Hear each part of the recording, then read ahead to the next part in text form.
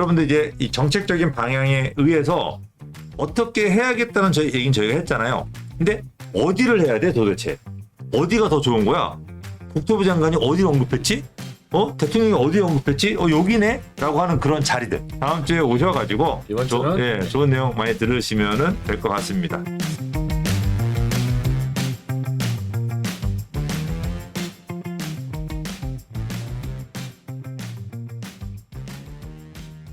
자, 박상우 국토부 장관의 토론의 내용을 보면서 이 사람이 진짜 구체적인 내용들을 얘기했단 말이에요. 그렇죠. 완전히. 부동산 대통령. 윤 대통령은 좀 약간 두리뭉실. 네. 이제 국토부 장관은 정확한 내용을 했기 때문에 이 내용이 진짜 중요합니다. 그래서 자세하게 이제 하나씩 찝으면서 살펴보도록 하겠습니다. 자, 그러니까 박상우 국토부 장관이 14일 날 밀레니엄 포럼이라는 데에서 이제 여러 관계자분들 되게 많이 모아놨죠. 재개발, 재건축, 시장의 힘으로 마지막으로 할 기회다. 규제 위주에서 지원 중심으로 전환을 해야 된다. 공사비 상승이라든지 분담금 증가 이런 쉽지 않은 현장이 많은데 지금 서울의 도시가 새 옷을 갈아입을 마지막 기차를 탈 것 같다. 부동산 정책을 주관하는 부처장이잖아요. 그러니까 앞으로 이런 여러 가지 문제점이 있는데 이걸 어떻게 타개할 것이냐, 그리고 앞으로 부동산 정책의 방향을 어떻게 제시할 것이냐라는 거에 대해서 질문을 굉장히 많이 쏟아냈고, 이거에 대해서 박상우 국토부 장관이 일일이 답변을 했어요. 근데 이 답변 안에 부동산 시장이 어떻게 흘러갈지에 대한 방향성을 예측하는데 도움이 되는 얘기들이 있다는 거죠. 제가 여기서 보는 포인트가 뭐냐면, 이제 규제 위주를 이제 지원 중심으로 한다. 네. 그럼 규제가 뭐였을까? 우리가 지금까지 규제. 안전진단. 근데 안전진단도 이제 거의 폐지 쪽으로 가고 있고요. 추가요 관수죠. 네. 네, 분양가 상한제. 분양가 상한제. 네, 분양가 상한제도 이제 투기 과열지구는 없어지고 있으니까. 네. 그죠? 이제 분양가 상한제 점점 없어지고 있고. 그다음에 초과이익 환수. 네. 요게 남은 거잖아요. 좀 완화는 했어요. 네, 완화를 했죠. 근데 이제 거의 이제 없어져야 되죠. 근데 조금 아쉬운 게 많죠. 왜 초과이익 환수를 아직까지 놔두는지 그러니까요. 정말 답답해요. 이건 뭐 이유가 1도 없는데 이유가 100가지가 있던 게 다 없어졌잖아요. 그러니까 이게 이중과세 논란이 세 가지 요소에서 있는데도 불구하고 유지를 하고 있죠. 그다음에 뭐 고도 제한. 그것도 그죠? 46년간 묶어놨죠. 고도 제한도 지금 점점 완화되고 있습니다. 그러니까 여러분들이 이런 것 때문에 그동안 내 재산 피해를 받거나 규제를 받았던 부분이 이제 없어진다. 이제 거의 없어져서 이게 서울시하고 거의 얘기가 된 것 같아요. 혹시라도 이런 거 해당되는 부분을 가지고 계신 분들 무조건 보유하셔야 됩니다. 그래서 이런 부분들 잘 생각을 하시고요. 그 다음에 또 하나는 정말 마지막 중요한 얘기를 했어요. 도시가 새 옷을 갈아입을 수 있는 마지막 기회를 기차를 타고 있는 것 아닌가 한다. 저는 이거는 정말 임팩트 있는 내용이에요. 여러분들 이거를 도시를 빼고 여러분들 이름을 여기다 한번 대입해 보세요. 우리 여기 누가 있죠? 자, 영꽃님. 자, 또 누가? 김채채님이 새 옷을 갈아입을 수 있는 마지막 기회 아닐까? 또 누가 있을까요? 자주 안중근님, 안창근님이 새 옷을 갈아입는 마지막 기회 되지 않을까? 근데 이 변화 속에서 지금 엄청나게 꼬여 있어요. 정말 좋은데도 불구하고 엄청 저렴한 물건들. 근데 이미 좋은 걸 아는데 엄청나게 뛴 것들. 근데 이게 별 차이가 없어요. 그러니까 제가 이런 얘기를 했어요. 옛날에 재건축 매매가가 20억이에요.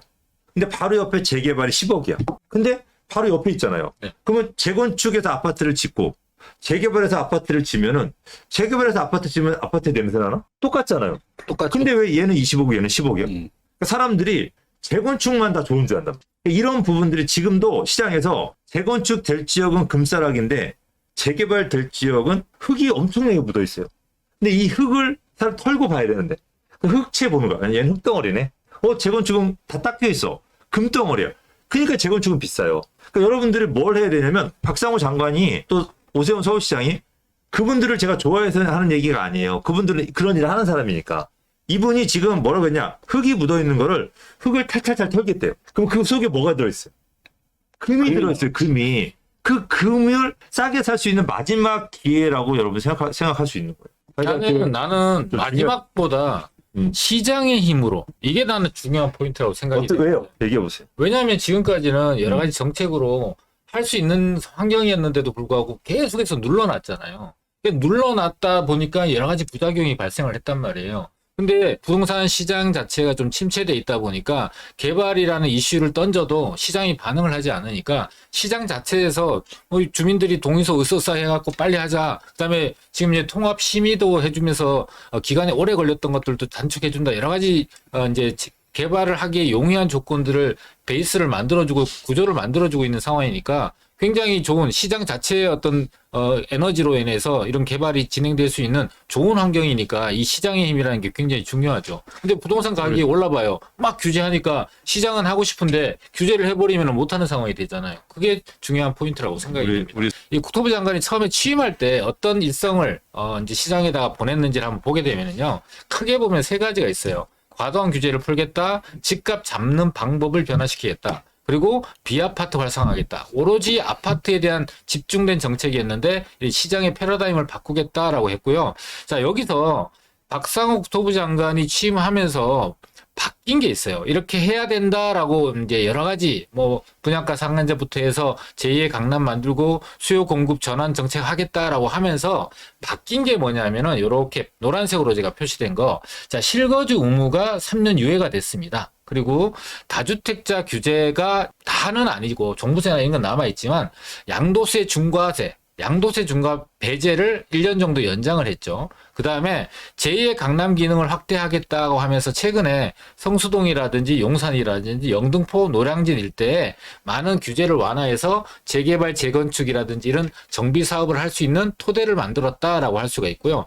비아파트 규제에 대해서는 일단은 오피스텔과 도시형 생활주택의 주택수에서 제외하는 것을 110 대책에서 요번에 이제 시행한다. 그래서 4월 이후에 이게 시행이 될 거다라고 이해하시면 되고요. 아까 맘마미아 님이 그 126% 이거는 절대 변하지 않겠죠. 요거는 이제 그 보증보험에 대한 얘기거든요. 임대사업자에 대한 얘기. 근데 요거 지금 120 대책에서 상향해 주겠다고 하니까 좀 기다려 보시면은 변화가 생길 거라고 예상이 됩니다. 벌써 우리가 취임한 지 몇 달 안 됐잖아요.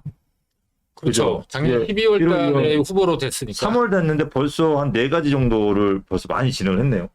한 얘기 중에서. 그럼 나머지도 거의 생각보다 속도가 되게 빠른 것 같아요. 그러면 이 중에서 또 우리가 기대할 만한 게 뭐가 있을까요?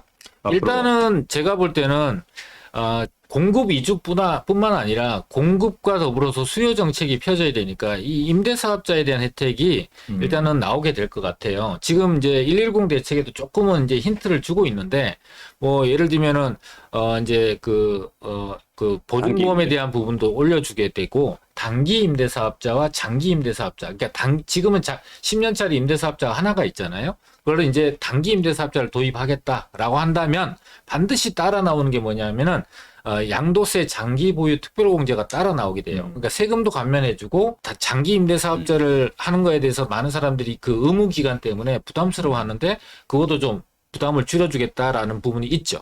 그다음에 핵심적 연결 교통망 확충도 지금 많이 진행되고 있지 않나요? 이거는 이제 원래 GTX-A가 이제 개통이 되고 있잖아요. 그리고 이제 대통령이 이제 취임을 하게 되면서 공약으로 냈던 거, 그다음에 서울시장이 최근에 2040 작년 1월 달에 확정돼 있는 2040 서울시 도시 기본 계획에 나와 있는데 추가적으로 DEF에 대한 부분도 이제 거론이 되고 있잖아요. 근데 이제 아직은 이 EF는 좀 실현 가능성에 대해서 좀 불확실성이 크고 D에 대한 부분은 좀 확실하게 좀 나아가고 있는 상황인데 지금 ABC에다가 거기다가 신분당선 신안산선을 빠르게 진행을 해서 외곽에 있는 사람들이 도심으로 접근성을 획기적으로 바꾸겠다. 거기다가 최근에 이제 UAF 날아다니는 새로운 교통망이라고 할 수 있는 것을 빠른 시간에 도입하면서 그 실증 테스트도 하겠다라는 게 지금 박상욱 통장관이 굉장히 빠르게 추진하고 있는 상황인 거죠.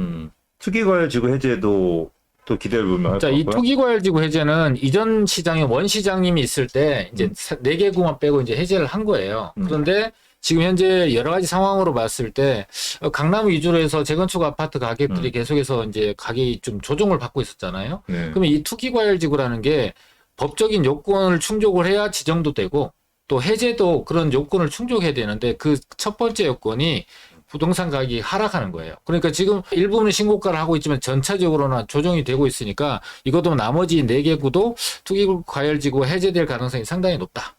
보증보험 규제도 해제를 할 것 같고요. 네, 완화를 하게 되겠죠. 완화 이제 네네. 그 임대가를 못 올리는. 그러니까 126%를 이제는 좀 더 높일 수 있는 140% 정도까지 150%까지 환원시키는 어렵고 한 140%까지 환원시키는 방향이 이번에 110 대책에 포함이 돼 있죠. 그러니까 이제 비아파트의 전세가가 올라갈 수 있는. 그렇죠. 좀 전세가 정상화되는 이제 그런 현실화가 되겠는. 그러니까 실제로 따져 보면은 절반 정도는 이미 했네요. 취임하자마자. 그러니까 자기가 언급했던 부분들. 그렇죠, 그렇죠. 네, 알겠습니다. 그래서 이번에 또 정말 중요한 내용 했잖아요. 네. 그래서 이제 그 질문과 대답을 좀 보게 되면은요.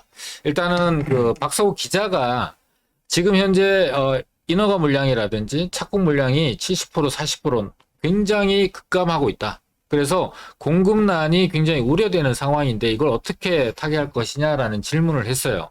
근데 이제 박상욱 국토부 장관이 예상하지 못했던 대답을 하고 있는 게, 자, 서울처럼 모두가 살고 싶은 도시 같은 경우는 용적률을 더 높여줘도 된다. 특히나 대한민국 도시들은 홍콩이나 서울과 비슷한 종류의 규모의 도시들에 비해서 굉장히 용적률을 더 높여줄 여지가 남아있다. 서울은. 그렇죠. 그러니까 더 높여줘도 된다고 생각을 한다. 자, 근데 이렇게 되면은 주택을 높이 짓고 아파트 또 층고나 층수를 높여주게 되면 사업비가 많이 들어서 집값이 올라갈 수밖에 없지만 이건 인정을 하자는 거죠. 받아들이자는 건데 그 급격하게 오르는 걸 방지하기 위해서 금융 비용을 좀 낮추는 걸로 상세가 가능하다고 생각을 한다. 그러니까 너무 폭증하는 거는 아니지만 물가가 올라가는 만큼 집가는 올라가 주는 게 정상이다. 그래서 전체적으로 공급을 잘 될 수 있도록 이 용적률에 포커스를 맞춰서 높여주겠다라고 하는 게 가장 큰 방향이라고 보면 되겠죠. 자, 여러분들이 여기서 좀 주목해 보셔야 되는 게, 첫 번째로 이겁니다. 인허가 물량이 70%가 감소했다는 거예요. 그러니까 인허가 물량 같은 경우는 5년 후에 입주 물량이에요. 그렇죠. 그죠? 이거는 지금 인허가를 못 받으면은 5년 후에는 집이 없는 거예요. 그렇죠. 그러니까 이게 만약에 하반기로 늦춰지면은 그 집은 6년 후에 입주를 하는 겁니다. 그리고 착공 물량이 40%가 줄었어요. 그러니까 인허가 물량이 70%, 5년 후에는 집이 70%가 줍니다. 그다음에 착공 물량이 40%가 줄었어요. 착공 물량 하면은 3년 후의 물량입니다. 3년 후에. 그러니까 여러분들이 아셔야 되는 게 작년부터 경기가 안 좋았잖아요. 네. 작년부터 착공 물량이 줄었단 말이에요. 그러면 앞으로 지금부터 2년, 2, 3년 후부터 5년까지는 주택 공백 현상이 벌어진다는 거예요. 공백 현상이. 그래서 지금 집이 그나마 3년 전, 2년 전에 많이 지은 동네들은 걔네들이 쭉쭉 입주 물량이 나오니까 괜찮지만 얘네들이 지금도 입주 물량이 좀 부족한 지역들, 서울이 거기에 해당되죠. 네. 그런 지역은 앞으로 5년까지는 물량이 거의 안 보인다는 얘기예요, 답이. 그러면 이 공급 물량이 입주 물량이 적은 거는 항상 부작용을 초래했잖아요. 그렇죠. 전세가 상승이라고. 그 전세가 상승 결국 매매가를 밀어냈단 말이에요. 그러니까 여러분들이 한 가지 확실한 거는 5년 동안의 재테크적인 측면에서는 걱정을, 집값이 여기서 지금 더 떨어진다?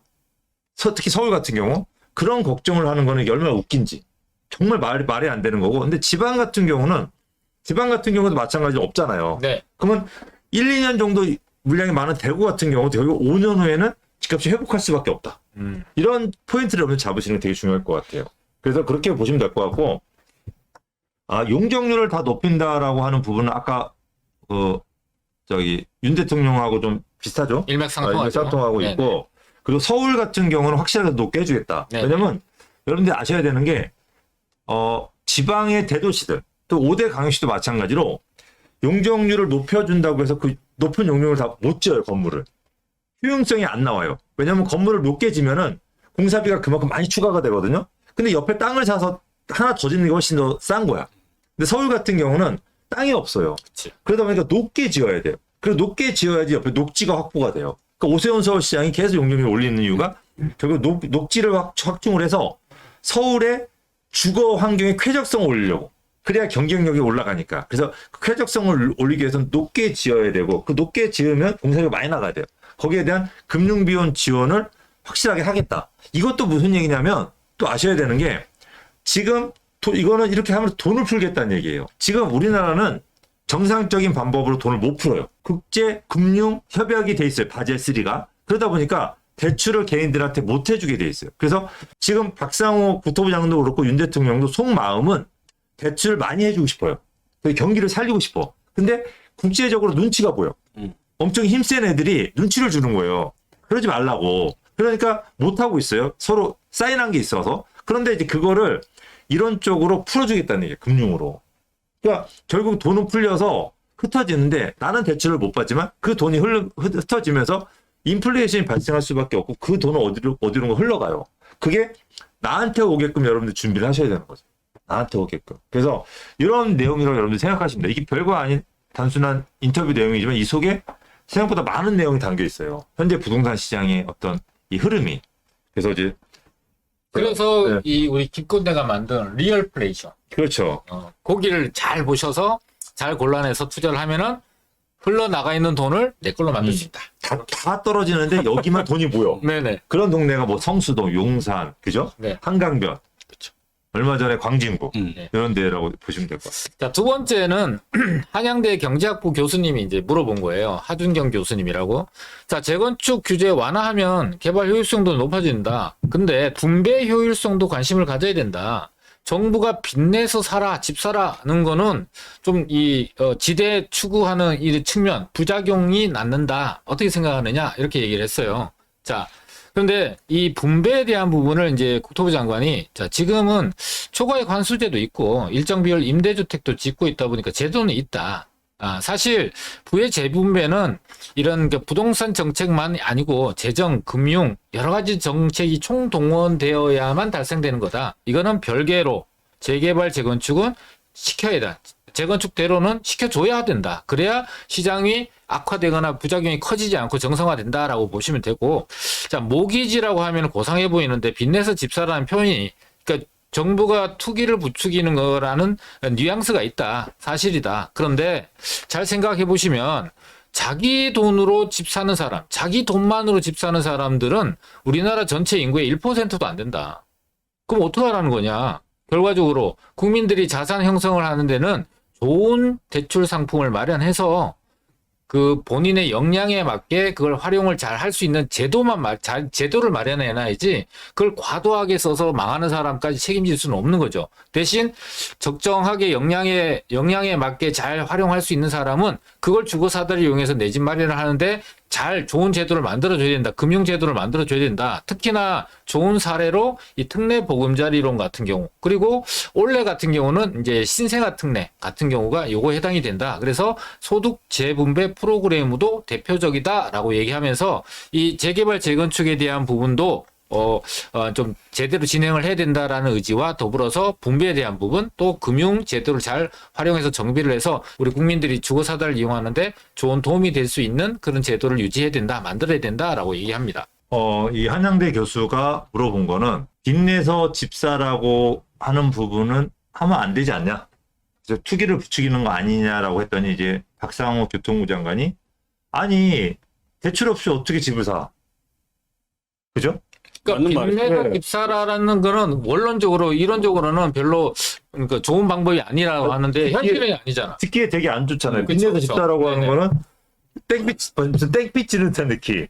근데 외국보다 우리나라는 대출량이 되게 적잖아요. DSR, LTV. DSR, LTV가 굉장히 강화돼 있어가지고. 네네.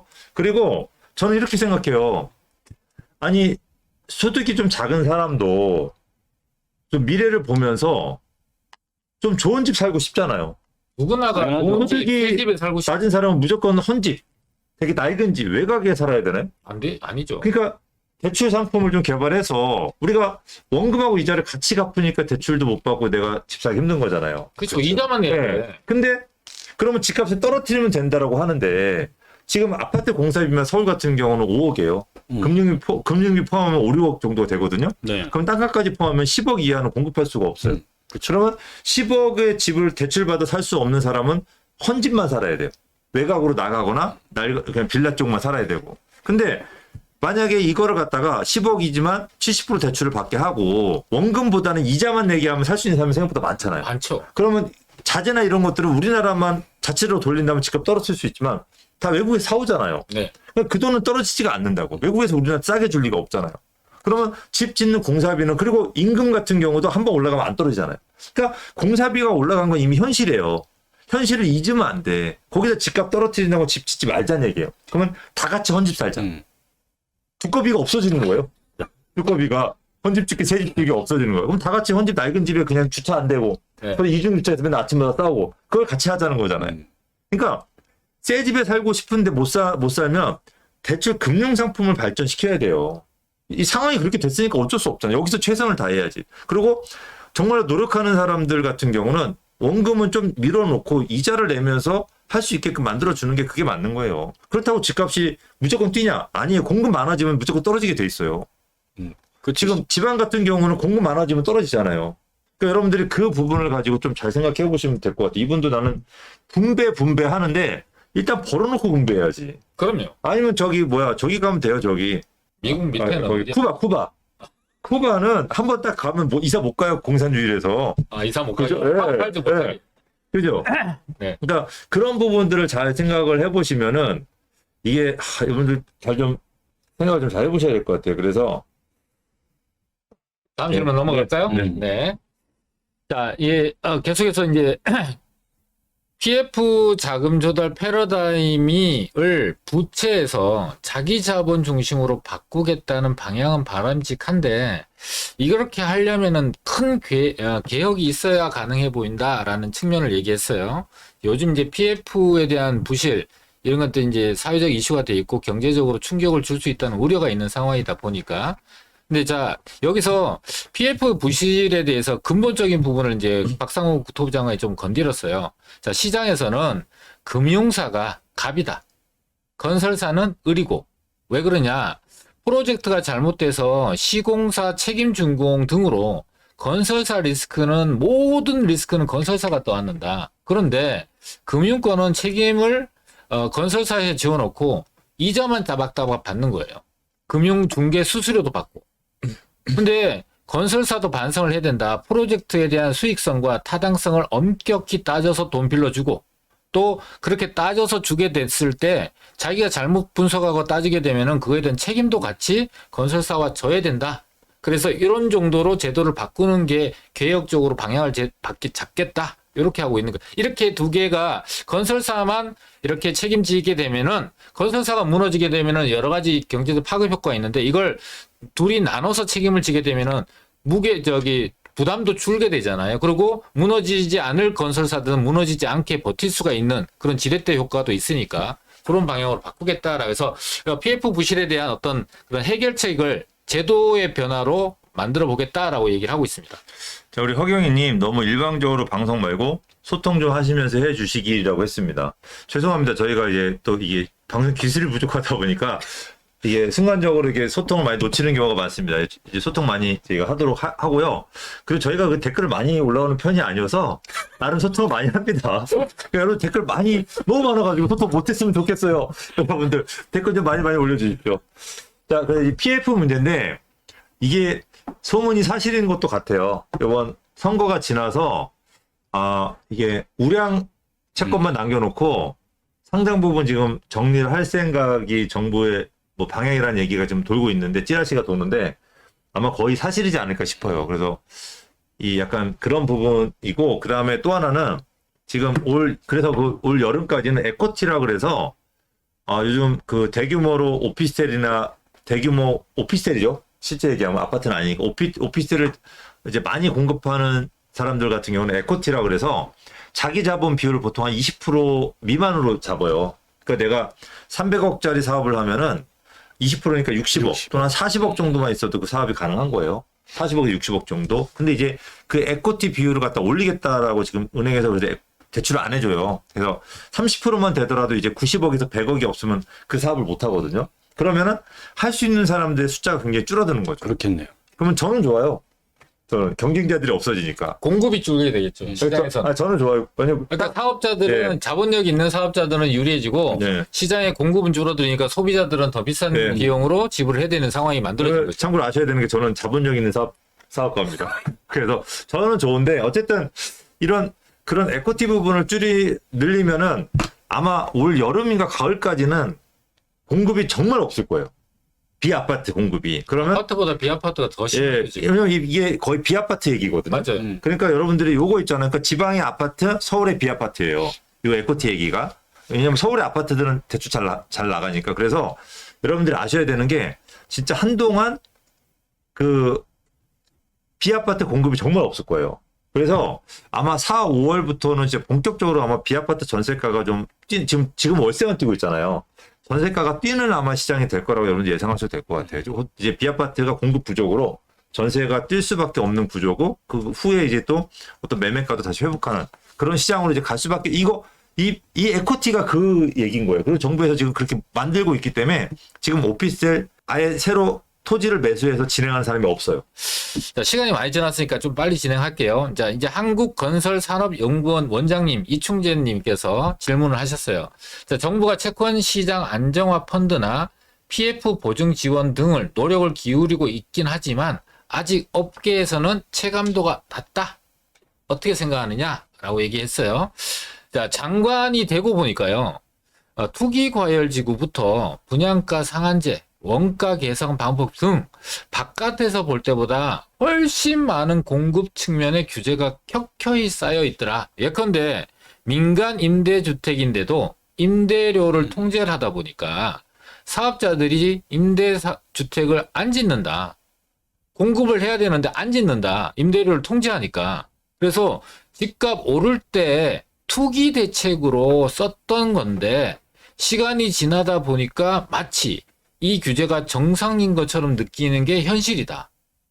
이런 규제는 드러내는 게 정말 중요하다. 이렇게 답변을 했어요. 그래서 이게 이제 펀드와 이렇게 뭐 보증보험의 얘기지만 시장에 대해서 여러 가지 규제를 풀어야만 공급 측면에서 정상적인 선순환이 일어나게 되고 시장에 왜곡이 일어나지 않게 된다는 거고, 그다음에 시장의 흐름에 맞춰서 정책도 지금 현재 상황과는 맞지 않는 정책이 지금 현재 남아 있기 때문에 이걸 싹 폐지하겠다, 없애겠다라는 얘기를 하고 있는 거죠. 앞에 인터뷰하고 두 개 인터뷰를 보니까 오피스텔 규제가 조만간에 풀릴 것 같아요. 지금도 많이 풀고 있는데 지금도 오피스텔 지으라고 네. 그 베란다 발코니 확장을 적용시켜줘서 오피스텔 부지의 가치가 뛰었거든요. 근데 이제 오피스텔 이제 지금 오피스텔을 지을 수 있는 분위기는 이제 PF 아까 문제 있잖아요. 그것도 이제 가을이면 무조건 풀어줘요. 영원히 PF 규제를 하는 게 아니고 한시적으로 불량 사업자들을 정리하기 위해서 하는 거고. 네. 이제 그게 지나고 나면 이제 가을에는 오히려 대규모로 지을 수 있게끔 풀어줄 거예요. 네. 근데 그게 풀어준다고 해서 짓진 않거든요. 수요를 살려야지 짓기 시작할 텐데 그 수요를 살리는 게 올 여름이나 가을까지는 무조건 나올 겁니다. 여러분들 이렇게 생각하시면 돼요. 오피스텔 가지고 계신 분들 같은 경우는 시장이 지금 너무 좋은 방향으로 가고 있으니까 그냥 보유하시면 되고, 만약에 도심이나 용산 쪽이나 강남이나 이렇게 좋은 자리들의 오피스텔을 매수를 생각하시는 분들 같은 경우는 지금이 가장 싸다라고 보시는 게 맞습니다. 풀리게 되면 또 가격이 무조건 오를 수밖에 없거든요. 그래서 여러분들의 그 어떤 재테크는 타이밍이잖아요. 그 타이밍을 잡는데 좀 기준을 잘 잡으시면 될 것 같습니다. 자, 높은 주택 가격이 저출산, 고령화의 문제다. 어떡하냐.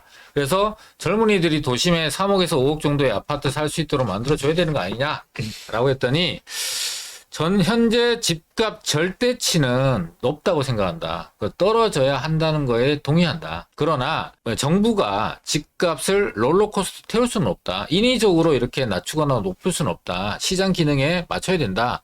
자, 재개발, 재건축 활성화로부터 LH가 신축 매입하는 약정까지 해서 주택 공급을 확대하는 것이 장기적으로 대책을 병행하는 것이 이 지금 현재 제기하고 있는 문제를 해결하는, 단기적인 해결은 아니더라도 중장기적으로는 근본적인 원인을 해결하는, 문제를 해결하는 쪽으로 정책을 펴겠다라고 하고 있는 것이죠. 자, 이걸 누가 얘기했다고요? 박성욱 국토부 장관이. 아니 이걸 질문을 누가 했다고요? 초록우산 어린이재단 회장님. 어. 그래서 저출산에 대한 이게 참 답답한 게 네.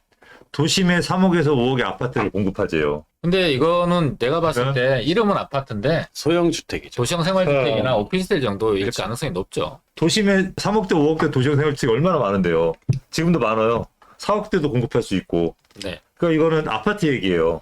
근데 아파트는 지금 현재 건축비나 인건비나 자재 가격 더하면은 땅값 빼고 건축만 짓는데 5억 들잖아요. 그러니까 현실성이 없는 거죠. 그러니까 현실을 모르고 억지를 부리는 거예요. 도심에 10억대 아파트를 공급하자고 해도 불가능해요. 지금은. 네, 근데 쉽지 않죠. 도심에 3억에서 5억의 아파트를 공급해서 젊은이가 살 수 있게끔 해주죠. 그러면 그 나머지 7, 8억을 정부에서 그거를 보조해야 정부에서 되네. 보조를 해줘야 돼요. 그러니까 이게 말이 안 되잖아요. 그러니까 이게 그러니까 아까 이거는 답이 뭐가 있냐면 아까 박상웅 교통은 처음에 얘기했어요. 대출 상품을 개발해야 된다고. 그러니까 젊은이들이 그 현실을 우리가 인정을 하자고요. 그래서 서울의 아파트 제대로 된 아파트는요 이제 13억 이하로 공급 안 돼요.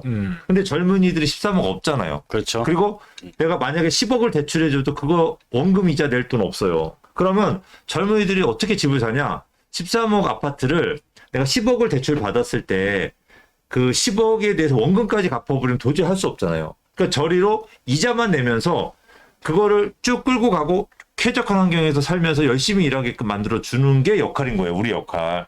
그죠? 너무 현실성 없게만 자꾸 무조건 해달라. 어린애도 아니고. 그러니까 여기 보면 3억에서 5억에 아파트를 살 수 있도록 만들어줘라. 그러니까 3억에서 5억 갖고 대출 받아서 이자만 내고 아파트 10억짜리에서 11억짜리 살 수 있잖아요.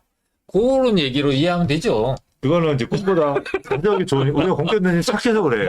착해서 그냥 똥같이 얘기해도 저 꿀같이 알아들으시니까 이게 되는 거네 이게. 이거는 진짜 나는 정말 황당해요 진짜. 그러니까 이분이 바라는 거, 그러니까 이상향과 네. 유토피아는 현실에서 실현되기 어렵잖아요. 근데 그게 대답을 다 해줬어. 그렇죠. 그건 이제 현실성 있는 대답을 네. 해준 거죠. 자, 그리고 이제 전세난과 전세 사기를 동시에 예방할 수 있는 방법으로는 장기 임대주택을 늘리는 방법에 공감을 합니다. 이건 이제 국토부 장관이 얘기를 한 거죠. 장기 임대 활성해야 된다. 자, 부작용이 없도록 정교하게 짜야 합니다라고 하니까, 자, 과거의 임대사업자 육성 정책은 잘못 짚었다.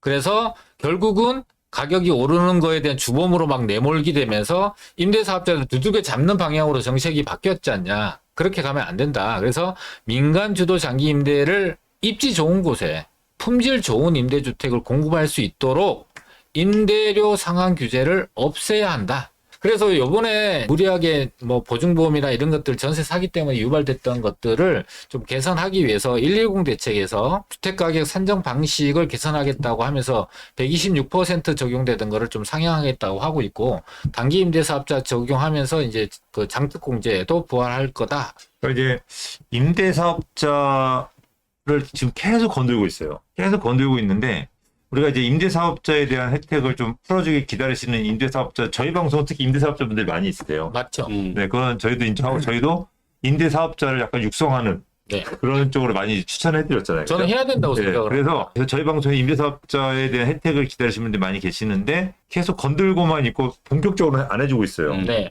근데 본인들도 해야 되는 지금 타이밍을 못 잡고 있다고 보시는 게 맞는 것 같아요. 임대사업자도 혜택이 조만간 나오겠다라고 그냥 편하게 기대를 하시면 좋을 것 같아요. 그전에는 여러 국토부 장관님들이 있었는데 참 이게 부동산 정책의 전문성이라든지 또는 시장을 바라보는 시각들이 좀 많이 틀어져 있었는데, 이분은 이제 2011년 이후부터 계속해서 국토부 쪽에 관련된 일을 계속 해오다 보니까 굉장히 시장에서 필요한 정책들을 이렇게 샤프하게 굉장히 날카롭게 알고 있고 인식하고 있고 그거에 대한 대응을 정확한 방향성을 갖고 정책을 펴고 있다라는 인식을 좀 김현미 네. 장관이었죠. 네, 원현미도 아니고 김현미 장관. 네네. 김현미 장관은 국민한테 거짓말을 했죠. 노코멘트. 그 자료를 조금 약간 조작을 했죠. 그 부분이 있었고. 그다음 누구였죠? 남자분? 좀 짧게 하신 분. 그때 네네. 비아파트 폭등했잖아 이분 때문에. 네네네. 네, 있었고. 아까 일일이 다 짚는 그다음에 거는 의미가 없고요. 원현미 장관. 원현미 장관님 계셨고. 그다음에 이제 박상호 장관인데 네. 일단은 이제 4번 만에 좀 제대로 된 장관이 나온 것 같다. 시장, 그러니까 제대로 된 장관이라고 하는 거는 다른 부분을 보는 게 아니고 좀 시장 정상화를 목표로 하는 사람이 됐기 때문에 우리가 좀 알아서 사고 팔고 우리가 좀 알아서 하게끔만 도와주시면 저희가 알아서 잘 먹고 잘 살 수 있다. 그러니까 이제 그런 걸 도와주는 역할을 지금 하고 있는 것 같다. 그러니까 그런 시장만 생각이 들어요. 정상화 시켜 놓으면은 시장 경제 체제 안에서도 많은 기회들을 잘 찾아내시는 분들이 있는 거거든요. 전창업. 원래 제가 이름이 기억이 안 나서. 너무 잠깐 있다 하셔갖고 네. 네. 그래서 이번에는 좀 제대로 된 희망을 좀 가져봅니다. 힘을 가져봐서 좀 네. 정상화됐으면 싶었습니다. 근데 취임하기 전에 인터뷰 같은 것도 보면 추울 때는 따뜻한 잠바를 입어야 되고 더울 때는 이제 반팔을 입어야 된다. 이 얘기가 저는 가장 시장 자체를 정상화시킨다라는데 그 멘트가 저는 굉장히 인상적이었던 것 근데 같아요. 우리 원현미 장관은 왜 이렇게 더운데 왜 이렇게 자꾸 파카를 입으세요? 내 말이요. 이게 참 추운데 자꾸 옷을 벗으라고 그러고.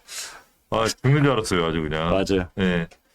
자, 임대사업자 속지 마세요. 막 진짜 화가 많이 나셨나봐요. 많은 분들. 우리 니디아님도 화가 많이 나셨고, 우리 제니앤 신디님 TV 이분도 좀 주임자 속지 마세요. 근데 결국 돈을 벌려면 임대사업자를 해야 돼요. 우리 혜택을 주게 되면 다시 많은 분들이 하시게 될 거예요. 그리고 이제 그 혜택 속에서 어떻게 돈을 벌어봐야죠. 내가 기존에 매수를 했던 것 같은 경우는 유지가 쭉 되는 쪽으로 거의 간다. 이게 정상인데 그걸 한번 정부에서 깨니까 그죠? 그 정상적으로 깨니까 많은 분들이 진짜 말도 안 되는 약속을 해놓고서 완전 깨니까 나라에서. 그러니까 이제 그런 부분들 때문에 화가 나신 것 같은데 이제 두 번 다시 그런 일은 없지 않을까. 많이 화가 나셨는데 자 이제 화 좀 푸시고 다시 저희가 임대사업자 다시 재테크로서 많이 수익 본 분들이 더 많아요. 그래서 이제 다시 시작하는 그런 계기 저희 방송을 통해서 저희 같이 한번 힘을 내어 보아요. 그리고 자 우리 여러분들 이렇게 잘 웃으면서 재미없게 진짜 어이가 없어서 진짜 우리 버프들. 아니 말투가 웃겨서 그런 거예요. 자, 그리고 자 우리 이제 세미나 얘기를 하도록 하겠습니다. 다음 주 세미나 여러분들 이제 이 정책적인 방향에 의해서 어떻게 해야겠다는 저희 얘기는 저희가 했잖아요. 근데 어디를 해야 돼 도대체? 어디가 더 좋은 거야? 국토부 장관이 어디를 언급했지? 대통령이 어디 언급했지? 여기네? 라고 하는 그런 자리들 다음 주에 오셔가지고 이번 주는 좋은 내용 많이 들으시면 될 것 같습니다.